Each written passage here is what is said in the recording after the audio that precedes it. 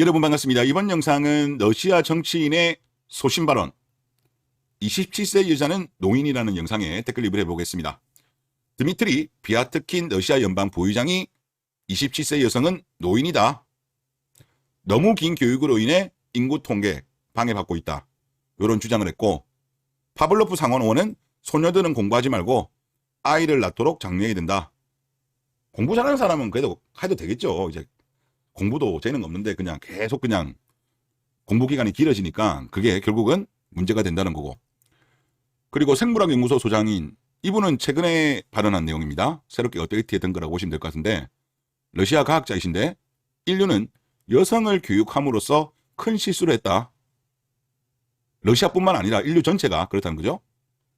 그리고 푸틴도 드디어 한마디 했습니다. 여성들에게 8명 이상 출산을 하고 러시아에 봉사하라.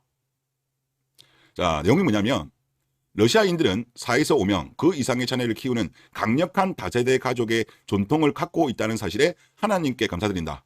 우리 할머니와 증조할머니 중 상당수가 7, 8, 그 이상의 자녀를 두었는지 기억을 하자. 이 훌륭한 전통을 보존하고 부활시키자. 과거로 돌아가자는 거예요. 자녀를 많이 낳고 대가족을 이루는 것이 러시아 모든 민족의 표준이자 삶의 방식이 되어야 한다. 이런 이야기를 했습니다. 아무래도 이제 러시아가 지금 전쟁 중이죠. 이제 전쟁도 있겠습니다만은 그거 아니라고 하더라도 러시아도 출산율이 감소 중이었거든요. 그리고 2022년 기준으로 1.4입니다. 1.4이면 우리나라보다 한 2배 정도 높네요. 하여튼 그래도 이런 강력한 대책을 세우고 있습니다. 그런데 좀 황당한 게 하나 있습니다. 뭐냐 하면 여성 제수들이 임신하면 남은 형기 면제. 그래도 이거는 좀 황당하던데. 하여튼 내용을 보면 수감된 수감자들 중에서 임신할 수 있도록 몇 주 동안 석방을 해준답니다. 그리고 임신에 성공하면 나머지 징역형을 면제받게 되고, 임신에 실패한 사람들은 다시 깜빵으로 끌려가는 이런 정책을 내놓았대요. 이거는 저도 조금 아닌 것 같은데. 하여튼 이런 이야기를 한 것 같습니다. 그래서 지금 진행되는 걸 보면 일본은 확실히 이미 남녀 역할 분담으로 갔고, 최근에 저출산이 매우 심각한 중국 같은 경우는 시진핑이 여자는 집에 가서 애 낳아라. 러시아도 따지고 보면 똑같은 거예요. 여기는 또 아이를 뭐 4명, 5명, 8명 낳으라고 그런 이야기를 하는 거니까 이 정도 아이 놓으면 사회 진출을 못하죠.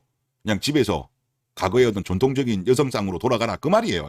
중국이랑 러시아는 지금 같은 말을 하는 거죠. 그러니까 이 두 나라들은 확실하게 느낀 것 같아요. 한국을 많이 봤을 것 같아요. 즉 여자들의 사회 진출이 늘어나고 그로 인해서 당연히 이제 공부도 많이 하겠죠. 그리고 사회생활하고 그러면 눈은 올라가고 결혼은 늦어지고, 또 경우에 따라서는 결혼을 아예 하지 않는 여자들이 늘어나니까 이게 개인의 문제가 아니라 국가 전체적으로 본다면 미래에 큰 부담이 되기 때문에 결국은 어쩔 수 없다. 역할 분담을 해야 된다. 이런 쪽으로 이제 밀고 나가는 거죠. 그리고 이들 나라들은 일본 같은 경우도 여자 눈치 별로 안 본 걸로 제가 알거든요. 뭐 당연히 이제 러시아라든가 중국 같은 경우는 그냥 밀어붙이는 나라니까 하여튼 이런 식으로 돌아가는 것 같습니다. 하여튼 대한민국이 인류에 큰 교훈을 주고 있습니다. 우리는 박살나고 있지만. 네. 그리고 오늘 부동산 갤러리 글 좀 하나 볼게요. 좀 참고해 볼 만한 글인 것 같은데, 우리나라 혼인율 박살난 이유 7가지 요약. 이 시대 때 한여들 가장 가치가 높을 때 결혼을 안 하려고 함. 한여들 20대를 즐기겠다고 월급 200만 원 받으면서, 그러니까 뭐 대단한 일 하는 것도 아닌데 시간과 월급을 모두 날림. 30대 넘어간 한여들 이제 정착하려고 한남을 찾는다. 30대 사회생활하는 정상적인 한남은 세계 경제의 10위권 대국의 선진국 남자이다. 한남들 이제 결혼하려고 주위를 둘러보니 돈도 없고 늙고 땡땡 노개들만 득실하다. 외모 피지컬되고 경제력 갖춘 알파 한남들은 국결로 도피 중. 평범한 한남들은 결혼 출산율 알바노 시전. 이런 글입니다. 지금 개념의 50일, 비추의 4. 여기가 부동산 갤러리예요. 그러니까 저출산 이런 문제에도 물론 관심 가지고 있겠죠. 저출산 문제가 부동산에도 영향을 주긴 주니까 그래도 메인은 아니거든요. 여기 있는 분들은. 그럼에도 불구하고 알고 있다는 거죠. 동의한다는 거죠. 그러니까 정말 저는 아쉬운 게 뭐냐면 상황이 이 정도까지 됐다면 더 이상 유자들 눈치 볼 때가 아니다. 지금 러시아하고 중국하고 이런 데는 매우 강력한 정책을 펼치잖아요. 지금 우리가 상황으로 본다면 더 심각한데 정치권, 지식인, 언론 입국 딱 하고 있잖아요. 지금 여자들에 대한 비판 안 하잖아요. 그리고 여자들이 지금 늦게 결혼하고 늦게 출산하고 그로 인해서 건강하지 않은 아이들이 많이 나온다. 이런 것도 이야기 안 하잖아요. 여자들 눈치 보느라고. 여러분들 뭐 방송에서 이런 이야기 들어보셨어요? 뭐 설거지론이라는 명칭은 안 쓴다고 하더라도 그 이론에 나오는 어떤 여러 가지 주장들은 충분히 풀어서 이야기할 수는 있는 거거든요. 그런 것도 이야기 안 하잖아요. 자유연애에 대해서 이게 문제가 있다. 그로 인해 가지고 여러 가지 우리 예를 들어서 서구권처럼 자유연애 하면서 뭐 동거문화로 가든지 뭐 이런 식의 이야기는 안 해요. 그러니까 대한민국이 지금 보면 이 저출산 현상, 혼인 감소 이게 해결이 안 되는 거예요. 즉 본질적인 문제에 대해서 전혀 터치를 하지 않는 거죠. 하여튼 뭐 당분간은 계속적으로 이렇게 갈 것 같고 최근에 저출산 고령화 위원회에서 어떤 이야기가 나오는지를 한번 보니까 여기 위원장이 대통령입니다. 자, 2023년도 12월 1일 기사인데 홍석철 저출산 고령화 위원회 상임위원은 인터뷰를 했는데 저출산에 가장 큰 타격을 입는 기업 일 가정 양립을 해야 된다. 이게 뉴노멀이 돼야 된다. 이런 주장을 했고 또 11월 29일 날 기사를 보니까 저출산 고령화 위원회가 한국여성정책연구원과 공동정책포럼을 개최했는데 이것도 똑같은 내용이에요. 일하고 가정을 양립하고 균형을 맞춰야 된다. 정책 수요를 확인해야 되고 제도를 활용해야 된다. 가족 친화적인 노동 환경을 조성해야 된다. 이런 유럽식 모델로 지금 가고 있습니다. 우리가 유럽식 모델이 안 될 것 같은데 하여튼 이쪽으로 방향 잡고 있습니다. 그러는 와중에 또 11월 30일 날 기사를 보니까 출산율은 또 역대 최저치지만 혼인 감소 속 국제결혼은 껑충 이렇게 이제 나왔고요. 국제결혼으로 근본적인 문제는 저는 해결할 수는 없다고 보지만 우리나라가 지금 떨어지는 속도가 너무 가파르잖아요. 혼인 감소라든가 저출산이. 그나마 국제결혼이 활성화되면 이 떨어지는 속도 지금 우리가 따지고 보면 경착륙을 하는 거잖아요. 연착륙 정도라도 바꿔야 되지 않는가. 국제결혼을 활성화시켜서. 그러니까 정부가 지금 국제결혼에 대해서 뭐 적극적으로 지원을 해주지는 못할 망정 방해는 하지 말아야 되고 그리고 여러 가지 좀 규제가 꽤 까다로운 게 있더라고요.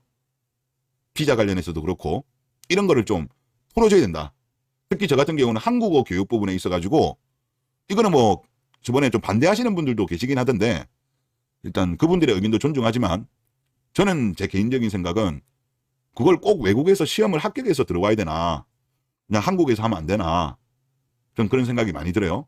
하여튼 뭐 그런 말씀을 드리고 댓글 한번 보겠습니다. 먼 데서 볼 것도 없습니다. 우리나라도 예전엔 일찍 결혼했습니다. 우리 아버지만 해도 나랑 30살 차이인데 그때도 늦은 나이라고 했었습니다. 지금 남자가 30이면 빠르다고 할 정도로 분위기인데 여자는 더 심하지요.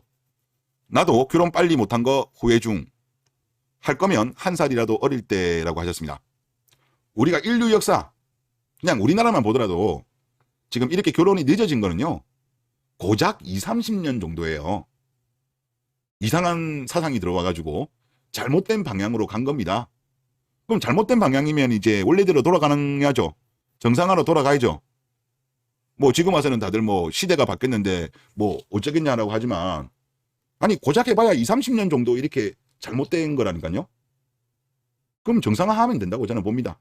그리고 아까 앞에도 러시아 과학자 이름 말했죠. 인류는 여성을 교육함으로써 큰 실수를 저질렀다. 물론 이제 뛰어난 여자들은 공부해야죠. 아깝잖아요. 하지만 평범한 여자들까지 죄다 4년제 가고 그럴 필요가 있냐는 거죠. 어차피 이들 대다수는 결혼한 이후에 전업주부로 갈 가능성이 높잖아요. 주부로. 꼭 주부들 하더라도 100% 전업주부 아니면 이제 중간중간에 파트타임 하는 그런 라이프 사이클을 살 가능성이 높잖아요. 그러니까 전체적으로 이렇게 늦게 가는 게 옳은 방향이 아니라는 거죠. 뛰어난 여학생인 경우를 제외하면. 그리고 다음 댓글 한번 보겠습니다. 우리나라를 많이 연구한 모양인데 러시아 이야기하는 거죠. 때론 사회주의가 부럽네. 우리나라는 민주주의라 저거 못해. 크크크 하셨습니다. 우리나라가 정말 인류에게 큰 교훈을 주고 있습니다. 생체 실험을 하고 있잖아요. 예전에 카룬 박사의 지실험은 사실 참고용인 거지만 한국의 이 현상은 엄청난 실험이 이루어지고 있는 거예요. 어떻게 저렇게 하면 나라가 박살이 나는지, 혼인이 줄고 저출산이 발생하고 하는지를 보여주고 있습니다. 하여튼 인류한테는 엄청난 교훈을 주는 것 같고, 그리고 여자들의 인식은 저는 쉽게 안 바뀔 것 같아요. 그리고 우리나라 같은 경우는 정치권이 여자들의 눈치를 보기 때문에 중국이라든가 러시아, 일본처럼 못할 것 같습니다. 그러면 결국은 연애는 여자가 결정하지만 결혼은 남자가 결정하잖아요. 그러니까 남자의 인식이 바뀌고 그 바뀐 인식이 단호하면, 아니, 소비자가, 결혼에서는 소비자가 그거잖아요. 남자잖아요. 공급자가 여자예요. 그러면 공급자가 수요자 맞춰야죠. 더군다나 결혼하고 싶어 하는 여자들은. 그러니까 제가 볼 때는 국가가 스스로 바뀌지는 않을 것 같아요. 쉽지 않아 보여요. 그래서 남자들의 인식이 빨리 바뀌고 단호해지면 결혼하고 싶은 여자들은 어쩔 수 없이 바뀌어야 돼요. 뭐 끝까지 기싸움하는 여자들은 있겠죠. 뭐 일본 같은 경우는 바뀐 사람들은 이제 여자력을 키우는 그런 현상이 발생했잖아요. 뭐 우리는 어떤 식으로 나올지는 모르겠습니다만은 남자들의 인식이 바뀌고 단호해지면 결국 여자들이 제가 볼 때는 따라올 사람들은 따라올 거다. 그런 생각이 듭니다. 네, 이번 영상 여기서 마치겠습니다. 감사합니다.